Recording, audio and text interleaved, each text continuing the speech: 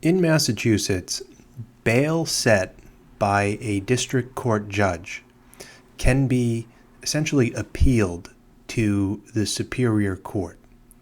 So what will happen is the police, in most situations, the police will make an arrest and the suspect will be detained. He'll be brought to court for arraignment, and at arraignment, the prosecutor will ask the court to impose bail. So they'll ask the court to demand that the defendant pay some money as a condition of being released. So the money ensures that the defendant will return to court. And a lot of times what will determine whether or not bail is set and how high it will be and so forth will be the defendant's criminal record, especially if there are a lot of defaults on that record. If the prosecution can show that the defendant has repeatedly not shown up for prior court dates, that will have a lot of weight with the judge.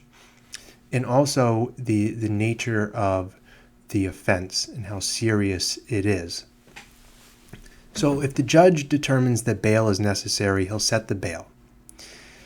The defendant has a right to file a petition with the Superior Court, asking the Superior Court to review the bail amount.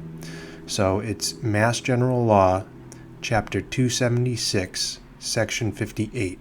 It sets out how bail is determined, and it allows the defendant to file a petition for a second bail review. So essentially, the defendant can just file a simple motion asking for a review.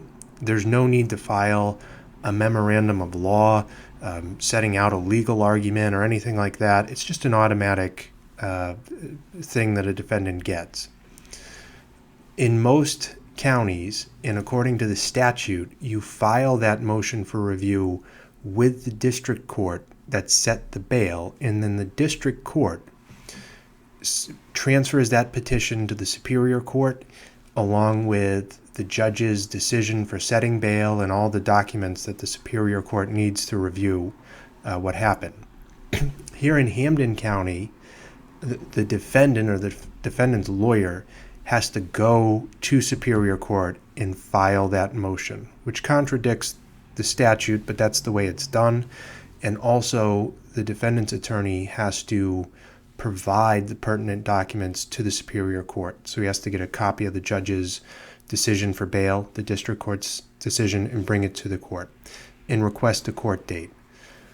So because the defendant's being detained, you want a court date scheduled as soon as possible. In some cases, they could do it the next day. In other cases, you need to wait a day or two before you have the hearing. And then when you have the hearing, you do the whole thing all over again, just this time in front of the Superior Court judge.